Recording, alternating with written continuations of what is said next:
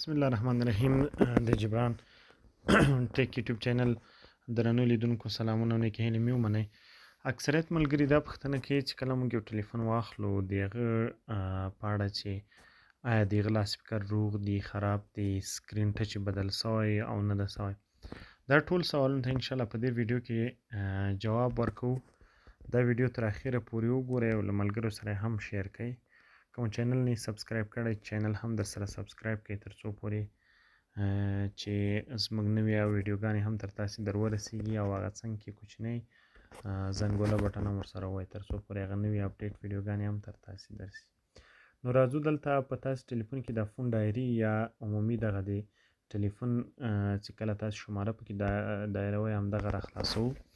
دلته کوډ وایي ستوری #0#. کله چې دا وکیک وروسته له دې نه ګورئ موږ ته څو آپشنې راځي. اوله برخه دا که چیرته زموږ سکرین ډاټ ولري او موږ ته دا ډاټ په نورو رنګونو کې سپین او یا بل رنګ کې ښکاره نه سي نو موږ مثلا ریډ اخلو.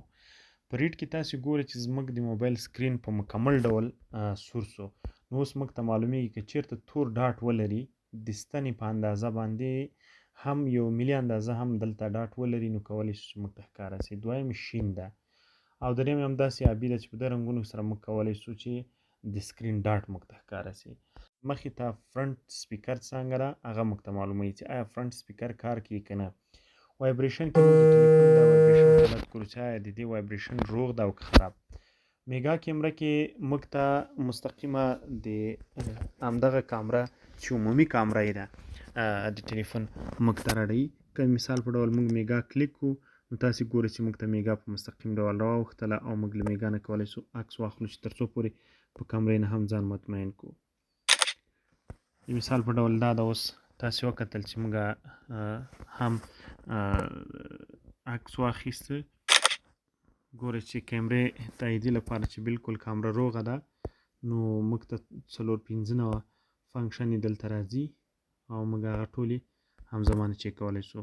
یعنې موږ د کامرې فلش دلته ګورئ چې تاسو فلش یې هم ولګو نو په دې اساس موږ کولی شو چې له فلش لایټ نه په استفادې هم موږ ته هم فلش معلوم سي هم د ټلیفون کیمره معلومه سي. نو میګا کیمره کې موږ دا کولی شو. سنسر کې ګورئ که چیرته تاسو ټلیفون سنسر کار وکړي نو تاسو چې کله دا مخې ته له کیمرې سره خواته کوم سنسر ته لاس نږدې کوئ اټومیټیک به دا تاسو ته شین رنګ راوړي.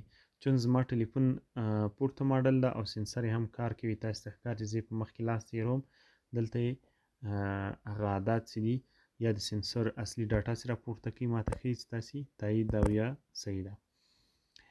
بله موږ ټچ لرو مثلا دلته ګورو چې ټلیفون آیا که زموږ د ټلیفون سکرین بدل سوی نو موږ که دا ټچ داسې په تیزي سره مخې ته بوځو نو دا ټچ به څرنګه ډایرکټ له خپله لاینه خطا سي او که چیرې دا خطا نه سو دا په دې معنا باندې چې زموږ د ټلیفون سکرین نه ده تبدیل سوی. ګورئ که تاسې چیرته سکرین بدلي دا کله چې ختموئ ډایرکټ یو خوا بل خوا ټوپ اچوي نو دغه حالت کې تاسې د موبایل سکرین بدل سوی وي.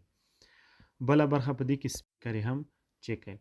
بل سب کی ده. سب کی په واسطه تاسې کولی شئ چې د موبایل دغه کلیان چې والیم اپ والیم ډاون وایي تاسې ګورئ چې تاسې ته د موبایل که چیرته اوس دلته پاور هم ووایي مختلف رنګونه د موبایل چاره طرف کلیانو ته سب کی وایي. مثلا پاور بټن یې روغ ده، والیم پورته روغ ده، والیم ډاون روغ ده، پیکسبی بټن چې د ځینو سره اضافه بټن راځي دا روغ ده، دلته په کونج کې کوم چې دغه نوټیفیکیشن بټن دا روغ دي که خراب دي دا ټول ته سب کی وایي. فرنٹ کیم کې اوس ګورئ چې موږ فرنٹ کیم کې مستقیم موږ ته دغه ښکاري عمومي د دې سیلفي ښکاري چې یا سیلفي روغه وه که نه موږ وکتله سیلفي هم روغه وه.